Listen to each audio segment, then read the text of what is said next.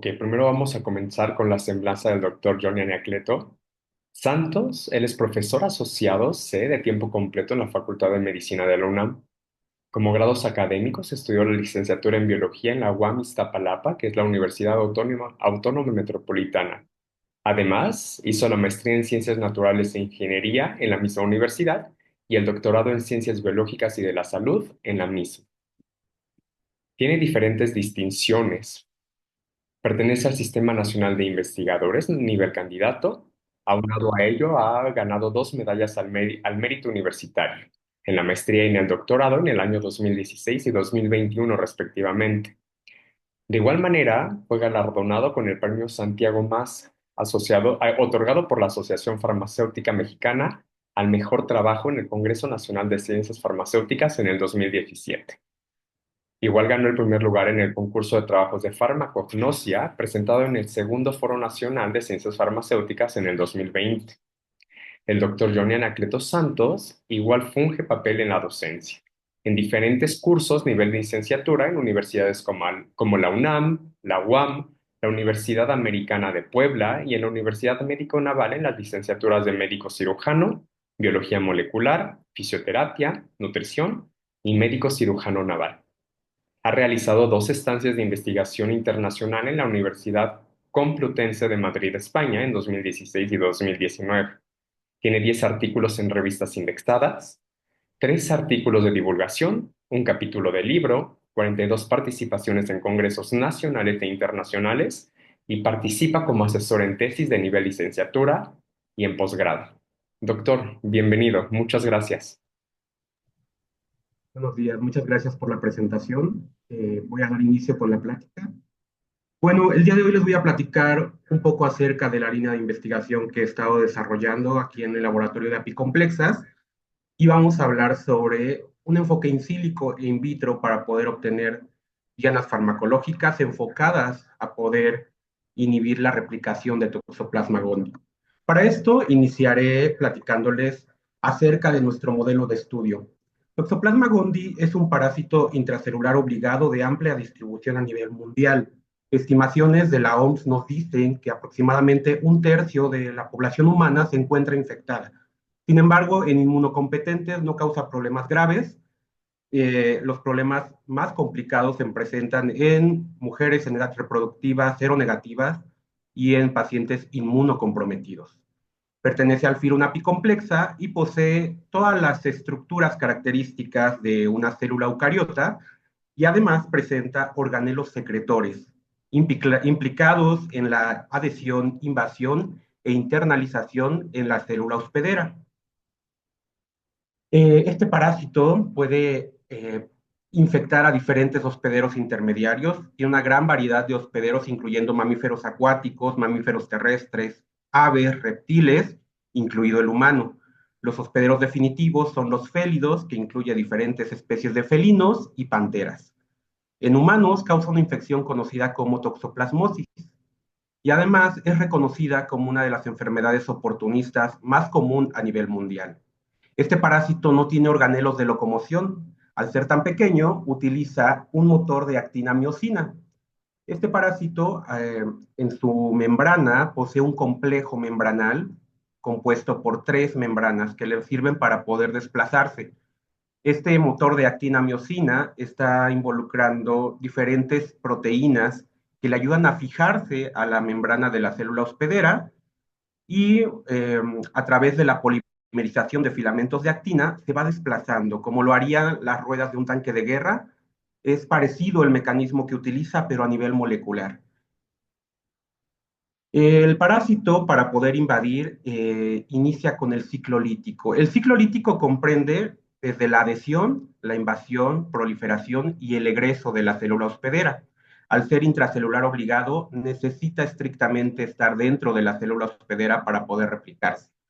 Como todo el movimiento está dirigido por esta carga enzimática, lo que hace es liberar inicialmente las proteínas de los micronemas, que lo que van a hacer es reconocer a la célula hospedera y a través de un complejo llamado glidiosoma, donde están involucrados estas proteínas del motor de actinamiosina, va a poder direccionar esta carga enzimática, cambiar de posición y poder ahora liberar enzimas de las róctrias.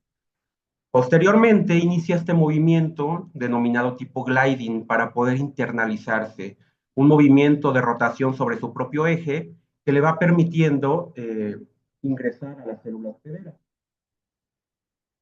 Posterior a ello, va a liberar proteínas de los gránulos densos. Aquí tenemos a las proteínas como la tipo AMA, que lo que hace es evitar que la célula pierda estabilidad para que la membrana celular no se rompa.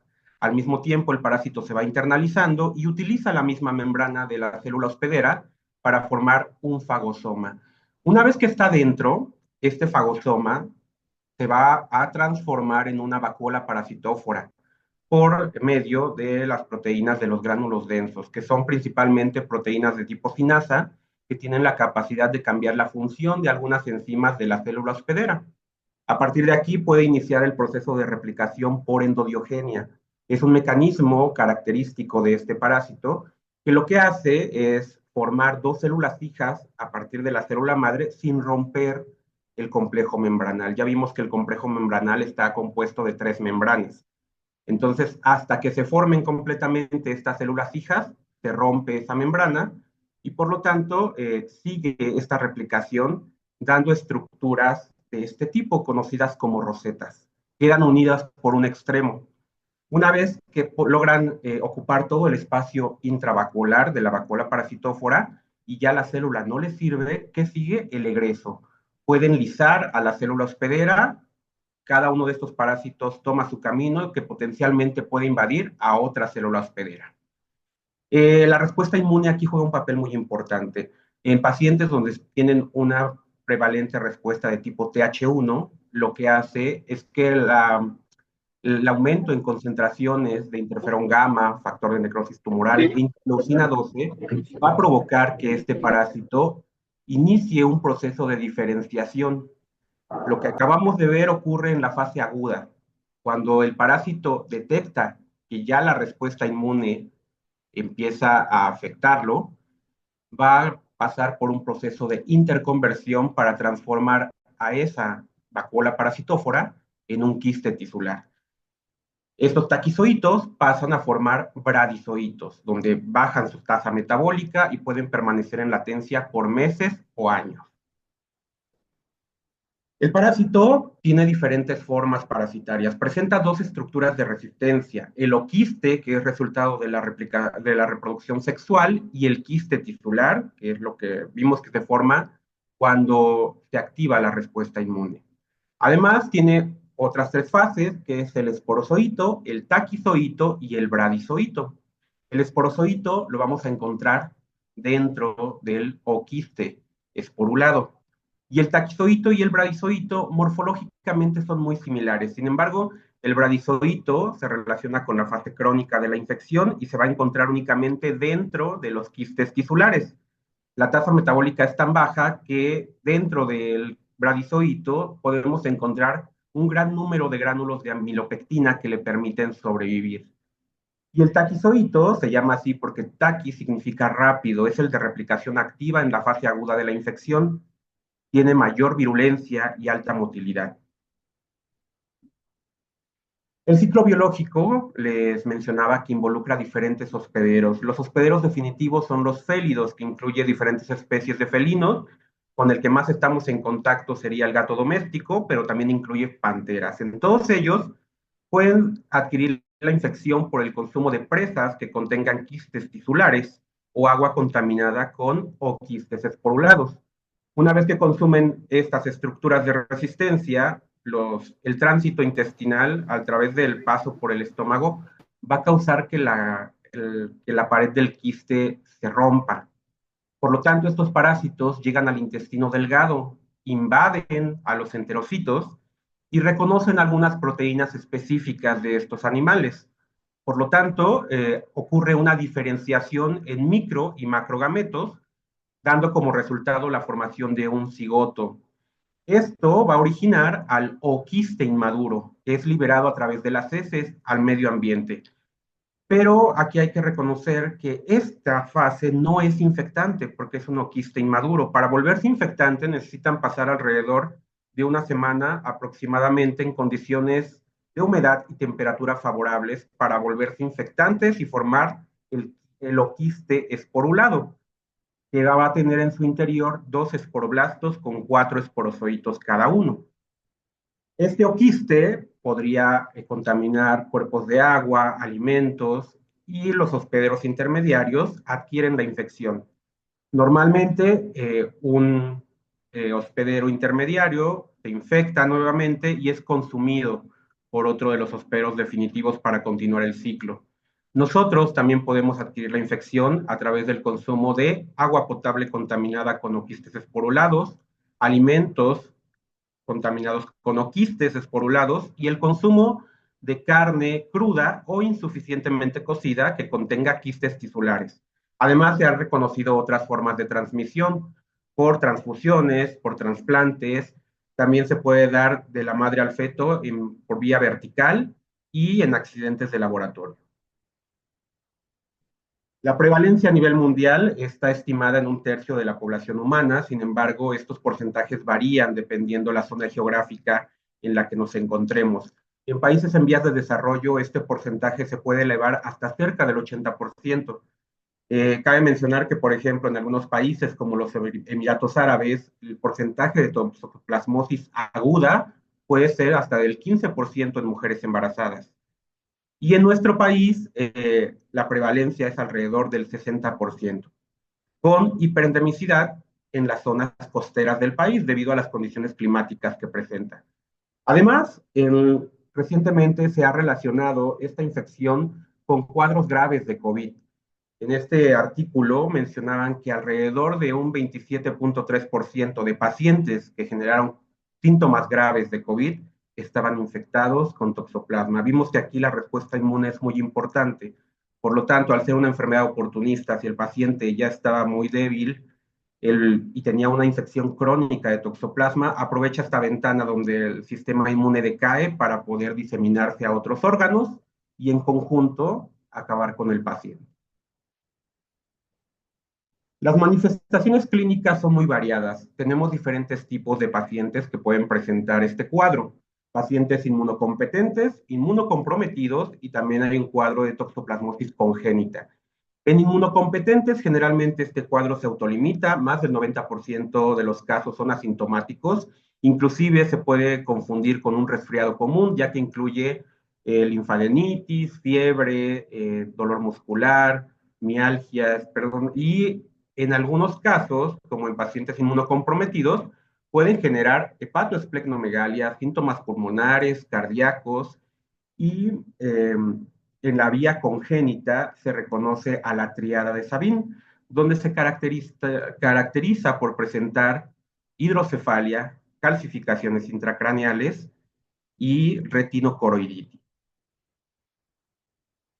En pacientes inmunocomprometidos, las manifestaciones clínicas son más graves. El parásito tiene la capacidad de migrar y atravesar barrera hematoencefálica, produciendo un cuadro de encefalitis toxoplásmica. Tiene tropismo hacia zonas inmunológicamente privilegiadas, como los ojos. También se puede establecer en corazón, hígado y pulmones. Toxoplasma puede replicarse en cualquier célula nucleada de nuestro cuerpo. Por lo tanto, se puede diseminar causando lesiones multiorgánicas.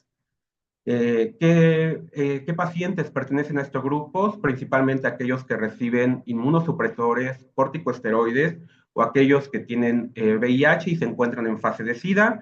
Todos ellos son susceptibles al desarrollo de esta infección. Se sabe que inclusive pacientes con SIDA, la incidencia de esta enfermedad puede ser alrededor del 40%, conduciendo a la muerte del paciente. Actualmente el tratamiento está enfocado únicamente a la fase aguda de la infección y lo que hace es iniciar una interconversión de taquizoito a bradizoito, pero no puede afectar las formas crónicas de la enfermedad como el quiste tisular. Por lo tanto, es necesario encontrar nuevas alternativas. Además, esta combinación de fármacos tiene efectos adversos importantes. Uno de los más comunes es la leucocitopenia de tipo neutropénica. Sabemos que la respuesta inmune aquí juega un papel muy importante y si como efecto adverso del fármaco de elección causa una disminución en las células del sistema inmunológico, esto puede todavía exacerbar esos síntomas. En mujeres embarazadas se ha utilizado espiramicina, que tiene una buena distribución hacia la placenta y ha tenido buenos resultados. Sin embargo, esto se debe de hacer en etapas tempranas de la enfermedad para evitar daños fetales. Y bueno, con todo esto, urge la necesidad de poder encontrar nuevas alternativas que sean más seguras, asequibles y que sean efectivas no solamente contra la fase del taquizoito, sino contra las demás formas parasitarias que presenta. Una de estas alternativas que nos ha llamado la atención es la evaluación de productos naturales. Particularmente nos enfocamos en el estudio de un grupo conocido como helechos. Es una clase de plantas pertenecientes a la familia a la filum, perdón, a la división de las pteridofitas. Y estos helechos se caracterizan por presentar características que algunos autores consideran primitivas, porque no tienen estructuras reproductivas como plantas superiores, como lo serían flores y frutos. Estas plantas se van a reproducir a través de esporas y pasan por una fase sexual y una que no vemos, y la que nosotros vemos es la fase asexual. La planta de estudio es Pleopeltis crassinervata, comúnmente conocida como lengua de ciervo. Se caracteriza por tener hojas monomorfas, tiene escamas dimorfas y dentro de los reportes etnobotánicos se sabe que era utilizada en el estado de Querétaro para tratar úlceras bucales, contra padecimientos estomacales, contra el dolor de riñones y en algunos otros reportes lo mencionan como antiparasitario. Basándonos en estos registros etnobotánicos, desde el proyecto de licenciatura y maestría se propuso evaluarlo en diferentes modelos para corroborar que realmente tenga esta actividad que se reportaba en la literatura. Por lo tanto, se evaluaron en cepas tanto gram positivas y negativas, cepas bacterianas. También se sabe que muchas de estas moléculas pueden tener actividad dual, por lo tanto se propuso la evaluación de la actividad antioxidante y debido al registro como antiparasitario se probó contra el protozoario Trichomonas vaginalis, mostrando resultados interesantes. En el caso de las bacterias se utilizaron 8 cepas, donde obtuvimos valores por debajo de MIC, de concentración mínima inhibitoria, de 120 microgramos por mililitro, de un extracto de esta planta, de la fracción metanólica. Por otro lado, en pruebas de capacidad antioxidante se utilizaron los métodos de DPPH y ABTS que involucran la generación de radicales libres en condiciones in vitro y en concentraciones de 100 microgramos por mililitro lograron inhibir los radicales libres hasta en un 85%. Por otro lado, en el caso del modelo con tricomonas, se encontró una 650. Este valor nos dice la concentración necesaria para poder matar a la mitad de la población de parásitos que estamos evaluando. Este valor fue de 82.3 microgramos por mililitro y la literatura nos habla que valores por debajo de 100 microgramos por mililitro se consideran activos contra estos protozoarios. Por lo tanto, debido a todos estos datos y a las cercanías taxonómicas que presentan, hemos visto que otros parásitos, por ejemplo, en el caso de malaria, Plasmodium es muy sensible a la artemisinina, una lactona sesquiterpénica, y esta planta particularmente es rica en terpenos. Por lo tanto, podría tener algunas de estas moléculas con actividad interesante. Por lo tanto, decidimos evaluarlo en el modelo de Toxoplasma gondii, una apicomplexa, pertenece al mismo filum que Plasmodium, que además pues igual es un protozoario. Inicialmente, ¿qué fue lo que se hizo? Se realizó un estudio biodirigido. Como ya habíamos evaluado diferentes extractos de diferentes órganos de la planta, nos quedamos únicamente con el extracto que presentaba mayor actividad, que fue el extracto metanólico de las frondas. Este extracto se fraccionó con disolventes de distinta polaridad, obteniendo una fracción hexánica, una fracción metanólica y un precipitado soluble en agua. Estos se evaluaron con una técnica denominada cytoscreen, que es un conteo de viabilidad celular mediante microscopía de fluorescencia, y un ensayo de citotoxicidad con MTT y cytoscreen para poder conocer los valores de 650 y los valores de concentración citotóxica 50, que nos hablan de la concentración necesaria para poder alterar la membrana celular del 50% de las células que estamos evaluando. ¿Por qué es importante conocer esos dos valores? Porque esos valores farmacológicos nos permiten calcular el índice de selectividad. Para ello, una vez que logramos identificar cuál era la fracción activa, esta se sometió a técnicas cromatográficas para poder separarlo en fracciones menos complejas y así poder dilucidar cuál era el compuesto activo. Cada una de estas fracciones se evaluaron nuevamente contra el parásito y en línea celular para poder conocer sus valores de 650 y CC50 para finalmente conocer el índice de selectividad que nos dice qué tan específico es para afectar la viabilidad del parásito sin afectar a la célula huésped. De lo que se hizo en esas evaluaciones, tenemos los siguientes resultados. Estudios preliminares nos reportaron que la presencia de algunas familias de moléculas interesantes estaban en este extracto, como terpenoides, alcaloides, flavonoides, saponinas y taninos. Para esto, ubicamos diferentes técnicas cromatográficas, como lo es la cromatografía en capa fina. Logramos hacer diferentes mezclas hasta obtener un eluyente que pudiera separar estas subfracciones. Estas mismas condiciones cromatográficas posteriormente se extrapolaron a cromatografía en columna y finalmente pues logramos identificar estas 7 subfracciones que contenían mezclas de algunos compuestos que eran ya químicamente similares entre ellos. Y los evaluamos contra el parásito. Ubicamos que la primera fracción en el huir, esta que vemos aquí de color amarillo, fue la que presentó mayor actividad contra el parásito, mostrando valores de 650 de alrededor de 23.6 microgramos por mililitro. En esta imagen podemos ver taquizoitos del lado izquierdo, taquizoitos control, únicamente con DMCO, que fue el vehículo que utilizamos para disolver estos extractos. Y en la imagen B tenemos parásitos dañados. Las marcas que vemos es el colorante cytoscreen, un colorante impermeable a las membranas celulares, pero una vez que se adhiere al material genético, florece. Entonces, todo lo que vemos aquí que está marcado en color verde son parásitos muertos. Ahora, ¿para qué nos servía calcular estos valores farmacológicos, CC50 y 650? Les mencionaba que estos nos ayudan a conocer el índice de selectividad, que comparamos con el fármaco de referencia, la pirimetamina.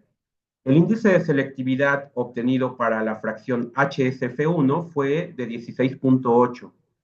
El índice para el HSF5 fue de 13.7 y nuestro control pirimetamina obtuvo un índice de selectividad de 13. ¿Qué nos dice este índice de selectividad? Entre más alto sea este índice, mayor seguridad tiene para poder evaluarlo contra el parásito. Entre más bajo, nos habla que este compuesto es más tóxico para la célula hospedera. Cabe mencionar que estos resultados se realizaron únicamente a 1 hora de exposición con estas subfracciones. Y el índice de selectividad que está reportado para la pirimetamina se obtuvo a 24 horas de exposición. Por lo tanto, el tiempo es considerablemente menor al que utiliza el fármaco de referencia, ya que el fármaco de referencia actúa a nivel metabólico contra la síntesis de folatos. No mata directamente al parásito, sino que evita que se siga replicando. Eso fue lo que teníamos inicialmente. Entonces, ¿qué decidimos hacer en los últimos años para poder continuar con esta investigación? Ya que teníamos ubicada a la fracción activa, que era HSF1, se realizó este diseño experimental. Por un lado, se quisieron conocer los efectos a nivel de ultraestructura. Con esas mismas concentraciones se evaluaron mediante microscopía electrónica de barrido y de transmisión para ver los daños a nivel intracelular. Y además, les mencionaba al principio el ciclo lítico que tiene el parásito, que involucra desde la adhesión, la invasión y la proliferación. Estandarizamos modelos de evaluación para ver si estos compuestos lograban afectar alguno de estos pasos, porque puede ser que se inhiba el proceso desde la adhesión y ya el ciclo lítico se interrumpa. o que puedan continuar hasta la invasión y evitar la proliferación. Por otro lado, esta subtracción se analizó mediante cromatografía acoplada a espectrometría de masas para poder identificar compuestos que conformaban esta subtracción. Se lograron identificar 18, de los cuales varios de ellos se encontraban disponibles comercialmente y se evaluaron contra la viabilidad del parásito para poder detectar cuáles eran los compuestos con mayor actividad antitoxoplasma. Por lo tanto, nos quedamos con estos tres: la subtracción, el ácido hexadecanoico metiléster y el fitol, que fueron los que presentaron mayor actividad. Y al principio les mencionaba que varias de estas moléculas se ha reportado que tienen actividad dual, pueden tener tanto actividad antimicrobiana y presentar capacidad antioxidante. Lo que hicimos fue evaluar las dos compuestos y la subtracción en un método antioxidante, un método in vitro llamado ORAC, que lo que hace es generar radicales libres y evaluar esta capacidad antioxidante mediante fluorescencia. Los resultados que obtuvimos hasta el momento son los siguientes. En cuanto a microscopía electrónica, les muestro algunas fotografías. En la letra A tenemos a nuestro taquizoito tratado con la concentración inhibitoria 50. Perdón, la letra A es nuestro control sin tratamiento. Vemos un taquizoito con la forma característica de media luna que tiene este parásito. Y en la letra E, en la microscopía electrónica de transmisión, vemos los organelos característicos de este parásito. Las membranas se encuentran íntegras, no hay alteraciones a nivel intracelular. En la letra B iniciamos con la concentración más baja de HSF1. Vemos que ya inician alteraciones morfológicas. En el parásito empiezan a formarse algunas vesículas y al interior del parásito vemos cómo se empiezan a formar algunas, algunas vacuolas y la morfología cambia, inclusive las membranas se van distorsionando y el conoide inicia un proceso de extrusión. En la letra C tenemos la concentración de 650. Vemos que la expresión de estas vesículas en la superficie del parásito es mayor. Y además, al interior vemos estas vacuolas intracelulares más prominentes y vemos cómo varias de estas estructuras involucradas en el complejo membranal se empiezan a desprender. Pueden ser inclusive efectos de los compuestos que están en esta sustracción que actúan como disruptores de membrana. Y finalmente, en la concentración más alta, ya el parásito perdió completamente su morfología característica. Vemos un conoide extruido, vemos una gran cantidad de vesículas en la superficie del parásito. Ya no tiene esta forma de media luna, está completamente redondeado con una gran cantidad de material extracelular que puede ser resultado de la ruptura de otros parásitos. Y en la microscopía electrónica de transmisión vemos cómo también estas membranas intracelulares empiezan a romperse, hay una gran cantidad de gránulos de amilopectina y discontinuidad en varias de las membranas que conforman el complejo membranal. Este parásito ya no es viable. Posteriormente, en el modelo de ciclo lítico, evaluamos inicialmente la adhesión. ¿Qué vemos aquí? En las imágenes superiores A, B y C vemos nuestros controles.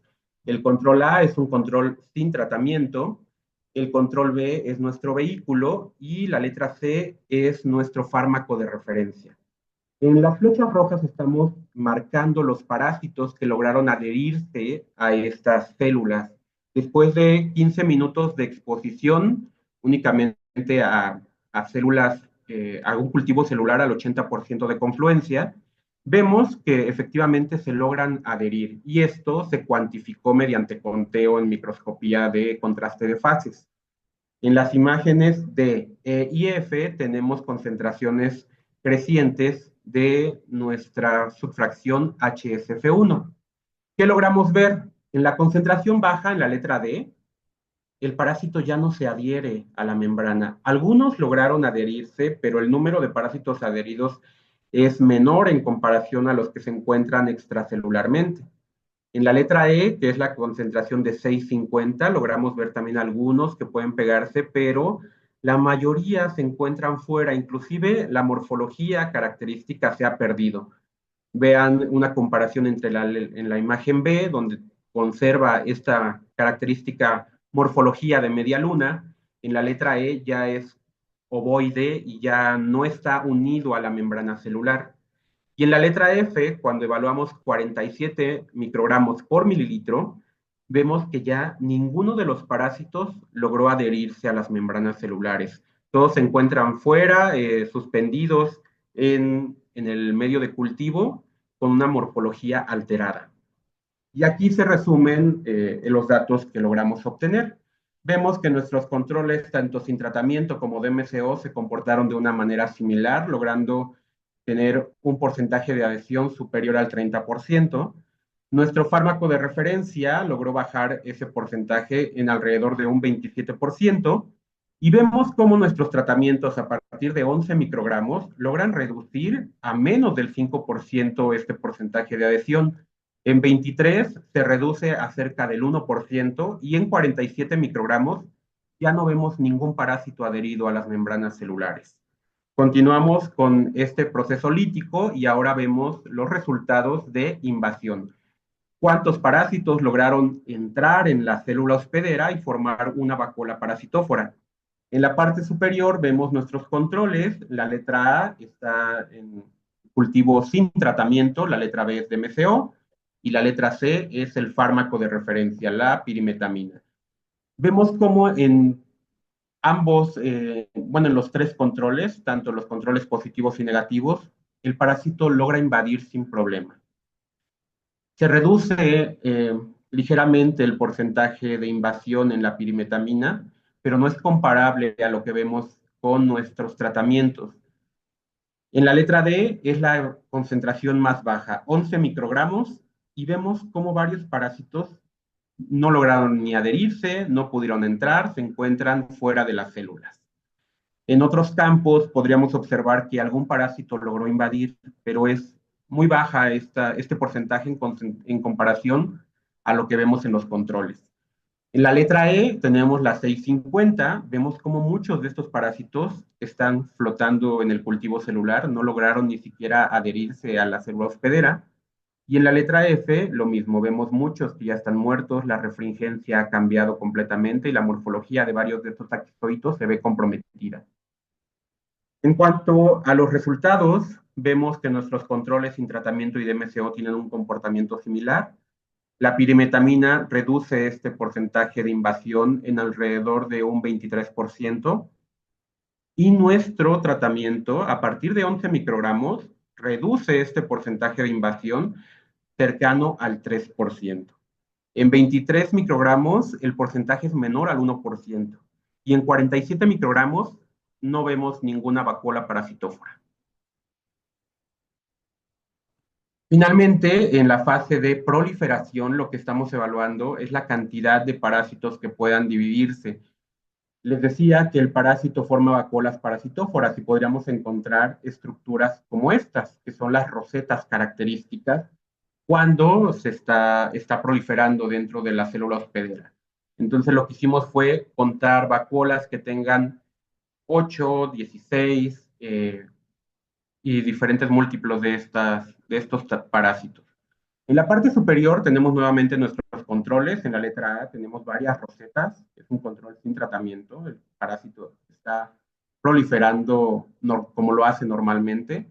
La letra B es nuestro control con DMCO. Ocurre lo mismo. Logramos identificar diferentes rosetas eh, con vacuolas parasitóforas que tenían alrededor de 16 a 32 parásitos. Y en la letra C vemos nuestro control con pirimetamina. Aquí sí vemos una reducción de esta proliferación, sin embargo, no evita que se replique. Y les mencionaba al principio que lo que hace este fármaco también es inducir la interconversión. Pasa de un estado agudo a formar el quiste tisular. Posiblemente en algún momento pueda iniciar la formación de esta estructura. Pero lo interesante sucede en nuestros tratamientos. ¿Qué pasa en la letra D? Tenemos la concentración más baja evaluada. Vemos un cultivo celular con la morfología característica y aquí con la flechita roja estamos señalando una vacuola parasitófora. Tiene únicamente un parásito de los pocos campos que logramos identificar, solamente tenían un parásito, no continuaban el proceso de replicación. Eso nos dice que sí, logran invadir, pero ya no pueden continuar el proceso de replicación. En la letra E tenemos la concentración de 650 y vemos que varios de estos parásitos se encuentran fuera de la célula. Algunos parece que están dentro de ella, pero si logramos enfocar bien la imagen, vemos que este parásito se encuentra por fuera de la célula hospedera. Y en la letra F, este proceso se inhibió completamente. Fue la concentración más alta que evaluamos, 47 microgramos por mililitro. El cultivo celular se ve muy bien, está confluente, tienen la morfología característica de esta línea celular, que es la línea celular HEP2, que se caracteriza por formar monocapas. Y estos datos los vemos resumidos aquí. En el DMCO y sin tratamiento, el porcentaje el número de parásitos por vacuola es muy similar. Vemos vacuolas que tenían 16 parásitos, 8 parásitos, pero en el caso de 47 microgramos, ya no encontramos ni siquiera vacuolas. En 23 encontramos algunas con únicamente un parásito y en 11 sí logramos contabilizar alrededor de unas 5 vacuolas en total. Entonces, este proceso se ve inhibido completamente en concentraciones de 650, inhibe completamente la proliferación del parásito. Les mencionaba que además se analizó esta subfracción para conocer qué tipo de moléculas conformaban este producto natural y vemos que en los resultados arrojó 18 compuestos. Varios de ellos son alcanos, ácidos grasos y terpenos. Los terpenos tienen reportes de actividad biológicas interesantes. Les mencionaba que para el plasmodium, uno de los fármacos más activos es la artemisinina, que pertenece a este tipo de moléculas. De estos, lo que hicimos fue ubicar cuáles se encontraban disponibles comercialmente y los evaluamos nuevamente contra el parásito. Ahora, de todas estas estructuras que logramos identificar, vemos que las primeras 5 son únicamente alcanos, cadenas alifáticas de carbono e hidrógeno que no tienen actividad biológica reportada. Esos se descartaron desde el principio. Lo interesante ocurre a partir del número 5, donde tenemos el fitol, un alcohol diterpénico acíclico, que sí tiene reportes de actividad biológica. Y otras estructuras interesantes como la 15, 16 y 18, que involucran en su estructura diferentes grupos funcionales que podrían tener actividad biológica. De todos estos, evaluamos diferentes moléculas y vimos que únicamente el fitol y el ácido hexadecanoico metiléster mostraron actividad frente al parásito en una evaluación preliminar. Como vimos que se consideran activos valores por debajo de 100 microgramos por mililitro, hicimos una evaluación preliminar a esa concentración con todos los compuestos disponibles por triplicado. Y vimos que efectivamente el fitol reduce casi por completo la viabilidad a esas concentraciones. El fitol presenta menor actividad, sin embargo, reduce la viabilidad por menos del 20%. Y nuestros controles de MCO y sin tratamiento no afectan la viabilidad. Con esto estandarizamos nuestras evaluaciones y vemos que la sulfadiazina logra reducir ligeramente la viabilidad cercano al 85%. Como veíamos al principio, tienen reportes de actividad dual, por lo tanto lo evaluamos en capacidad antioxidante. El fitol y HSF1 tienen una actividad similar, logran tener un 30% de capacidad antioxidante en concentraciones bajas. Por lo tanto, además de tener actividad antitoxoplasma, también presentan actividad antioxidante. De estos compuestos que logramos identificar, el fitol tiene un amplio reporte de actividades biológicas como antioxidantes, antiinflamatorios y antimicrobianos en otros modelos. El ácido hexadecanoico metiléster también tiene reportes de actividad antimicrobiana en cepas bacterianas y también tiene capacidad antioxidante. El escualeno, por otro lado, también lo evaluamos y vimos que él no presentó actividad contra el parásito, pero sí se ha reportado otras actividades en otros modelos. y particularmente el metanopiceno nos parece una estructura interesante ya que tiene actividad acaricida en otras evaluaciones. Posiblemente el conjunto de estas moléculas pudieran estar actuando de manera sinérgica. Como lo sabremos, haciendo esas evaluaciones para ver si realmente tienen un efecto aditivo, sinérgico o inhibitorio también. En el caso del hexadecanoico metiléster, también conocido como metilpalmitato, pertenece a los ácidos grasos metiléster por este grupo metilo que presenta su estructura. No logra reducir considerablemente la viabilidad. Sin embargo, uno de los efectos más interesantes que logramos observar es que provoca que el parásito se agrupe, formando estos consorcios que vemos aquí. Esta fotografía fue tomada con el colorante cytoxcreen. Todo lo que hemos marcado ya se encuentra alterado. Son células inviables y lo que hacen es agruparse entre ellos para protegerse de este compuesto. Algo parecido a lo que harían las bacterias en un mecanismo llamado eh, quorum sensing, que no está reportado en Toxoplasma, pero sí hay reportes de un quorum sensing like, que es un mecanismo similar. No lo hace porque está fuera de su célula hospedera, entonces eh, hay algo ahí que le permite comunicarse entre los taquizoitos para poder protegerse cuando se encuentra en un estrés. Y del lado B observamos nuestros controles. Es el DMCO, los parásitos tienen su forma característica, también se agregó el colorante cytoxcreen, pero no vemos ninguno de estos parásitos marcados. Y derivado de estos resultados, tenemos diferentes artículos ya publicados.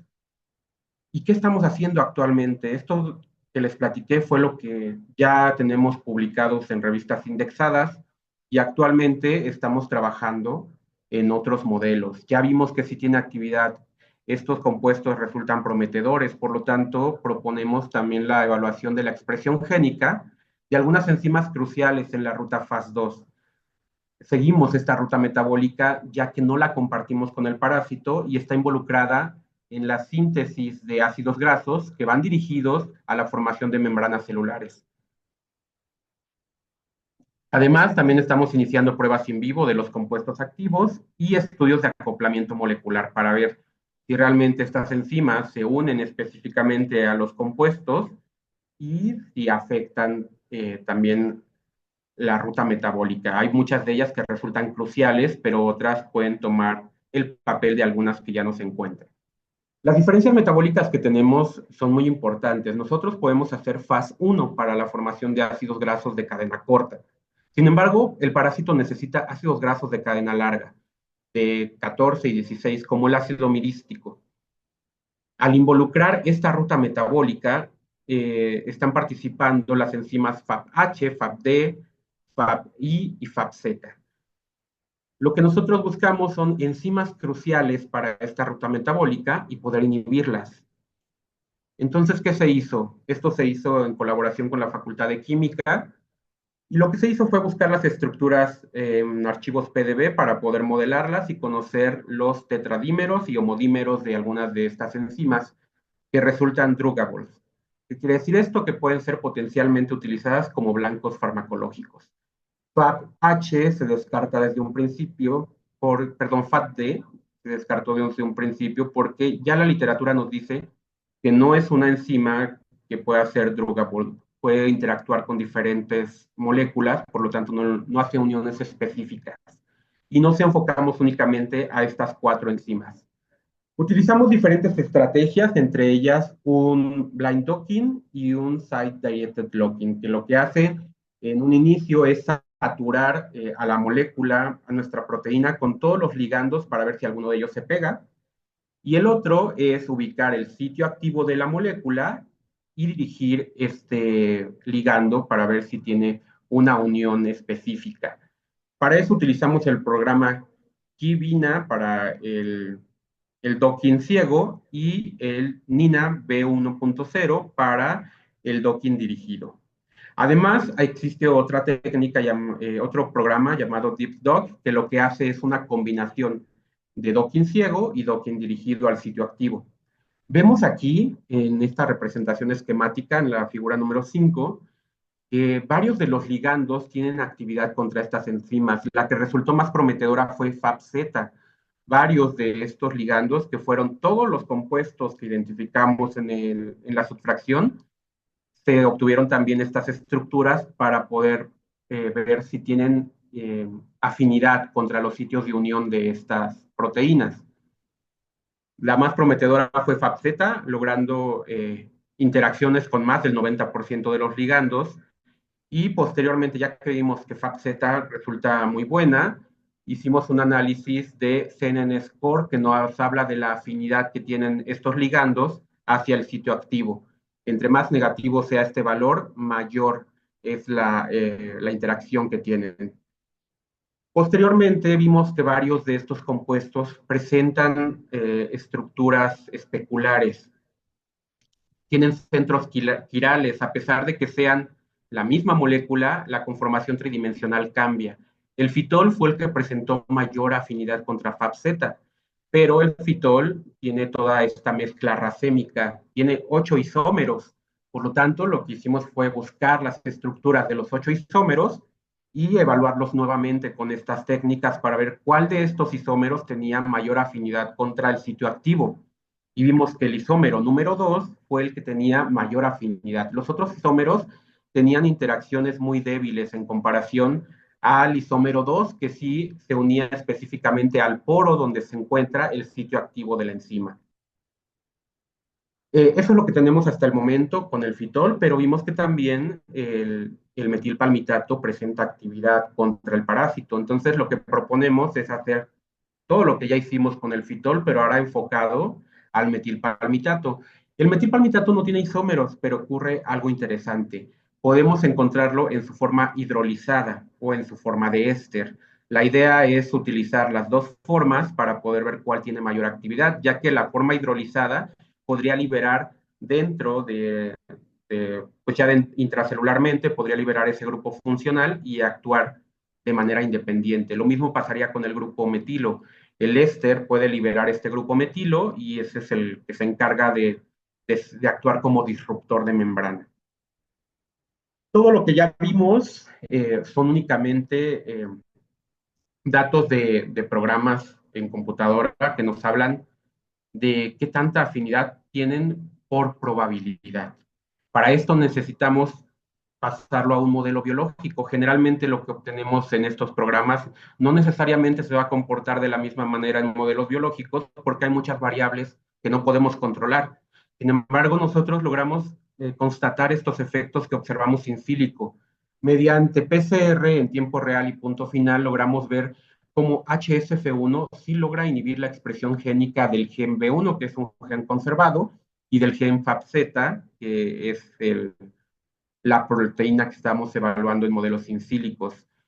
En PCR en tiempo real vemos cómo las replicaciones de este gen disminuyen considerablemente cuando se expone a HSF1 en comparación a nuestros controles y al gen conservado B1.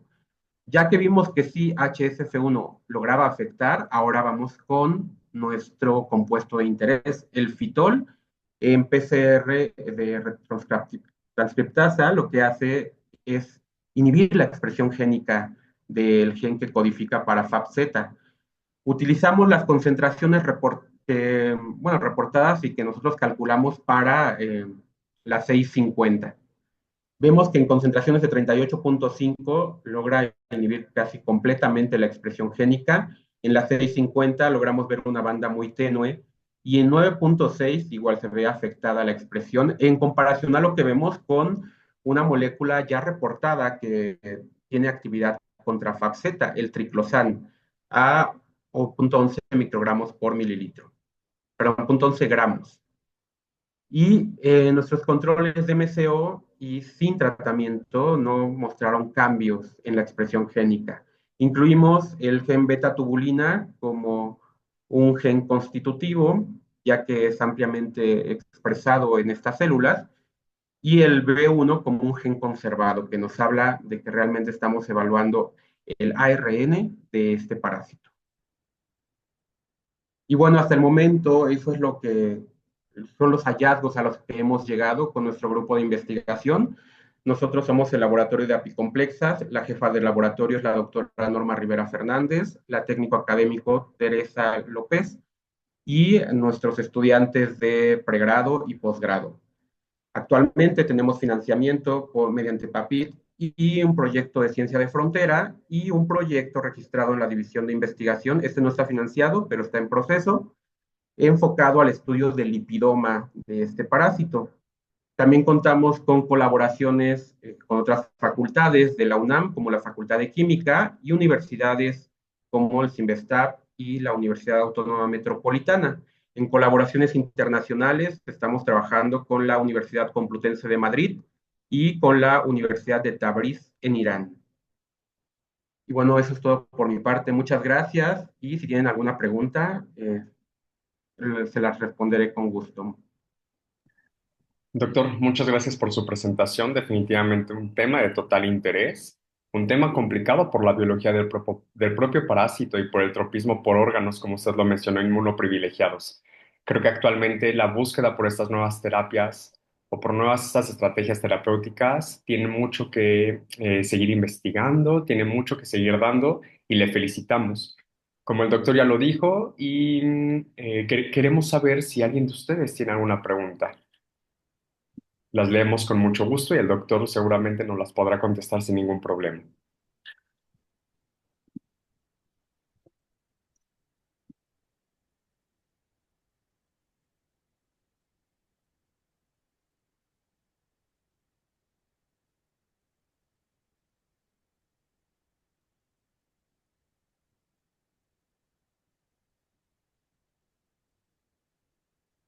Bueno, doctor, ahorita a la fecha no hemos recibido, en este momento no hemos recibido ninguna pregunta. Sin embargo, sí tenemos muchos comentarios de felicitaciones por su Muchas excelente gracias. presentación. Creo que puedo hablar por todas y por todas. Ha sido excelente su desempeño. Muchas felicidades. Muchas gracias.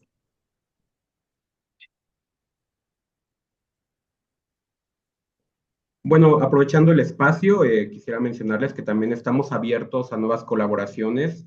Algunos de los investigadores de la facultad estuvieran interesados en colaborar con este proyecto. Estamos abiertos a propuestas.